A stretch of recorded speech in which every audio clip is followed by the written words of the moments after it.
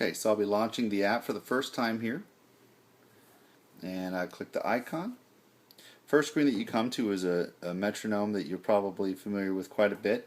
If I just hit the click button, we get started right away, and you can hear the click. If you need to change the tempo, there's actually 4 different ways you can change the tempo. The easiest way is to just type in the new tempo, hit done. You can hear the metronome automatically adjust to the new tempo. Another way is by using the arrow keys. You can tap to incrementally go up by ones, or you can sort of touch and rub, make small little circles to actually control how quickly the metronome is accelerating, which is quite useful if you want to slowly sneak into a new tempo or you want to rapidly increase the tempo.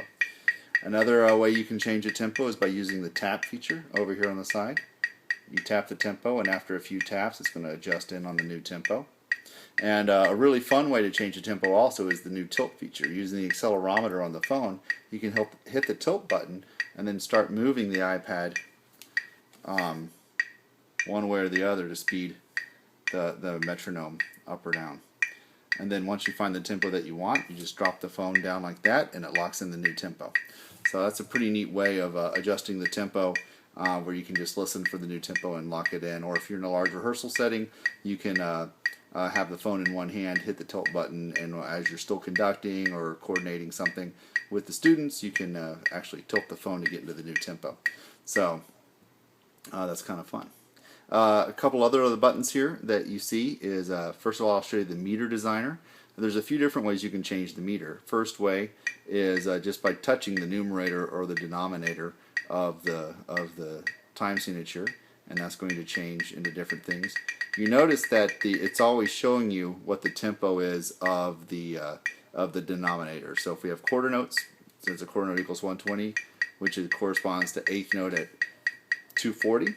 And let's say you have a tempo like 9/8, you can hit the meter designer and actually come in and decide which notes you want to hear accented, and adjust the volume on the accent as well as the accent on the normal volume.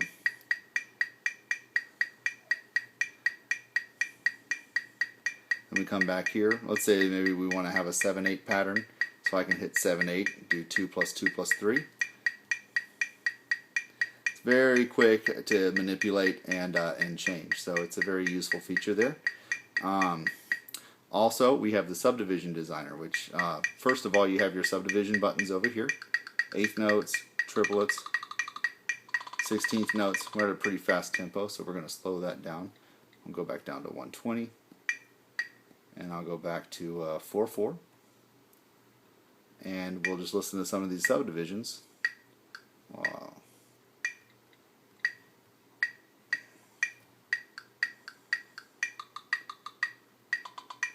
So that gives you quick access on and off and your major subdivisions, duple, triple, and 16th note. But you can also go into the subdivision designer. It has individual volume controls for each subdivision, and the best thing about it is that you can actually touch the note head and you can decide which subdivisions you want to hear. I'll turn that up for you so you can hear it.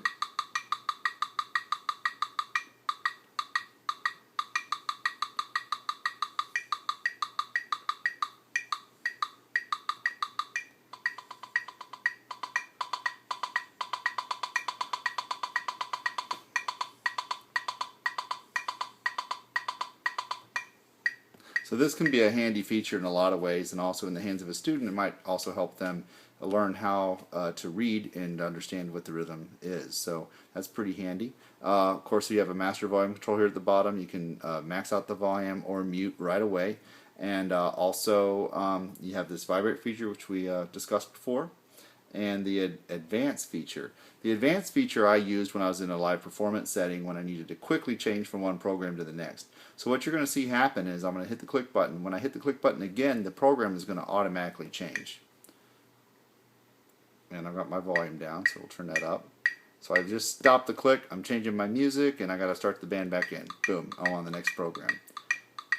So let's say we get to the end of the song, stop that click, and it automatically advances to the next program, and it's ready to go when I am. So this is a very handy tool that I found very useful in the live performance setting. Speaking of programs, up at the top you've got a few different options. One, there's a list where you can go to any program that you have stored, and there's an unlimited number of programs you can put in here. The way that you're going to add a new program is by hitting the plus button, which says insert, and it's going to insert the program in between the program you're on and the next program. So we're on program 205, so if I hit the plus button, it's just copy program 2 into program 3. I can now make edits into program 3. Let's say we're at 180 beats a minute, turn on some eighth notes, I'll turn the advance off, and let's say we're in 3/4. So I'll come into the meter designer and just hit 3/4, and we're done. Now, another useful feature that gets stored is the meter, the agogic accents, whichever ones you've chosen here, and the volume controls and the subdivisions all get saved. And notice at the top we have new program 3. We can also change the name there to call it, we'll just give it a name.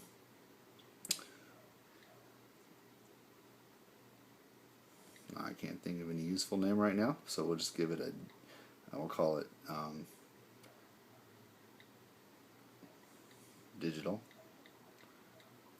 Hit done, and I can hit save, and it's going to store all those settings. So as I go to another program, if I hit the list button, you'll see digital's right there at 180 beats a minute. Come right back to it, the eighth notes are on, and we're good to go. It's all programmed in. So it's a very useful tool, this screen. So you have the list, insert buttons, the shuttle buttons to go from one program to the next. If you need to delete a program, you can just hit the delete button there, and it's going to ask you, are you sure? And you can say yes. You can also edit from this screen, where you can add a set if you want, or you hit the edit button here and you can delete just like that as well. So that's a pretty neat way of doing it. So we're going to get back out of here, choose one, and so basically that is the metronome in a nutshell, and that's the different feature sets and how to use it. Next segment I'm going to show you how to use the set by set feature and how to edit the sets, which is one of the extraordinary things about this metronome.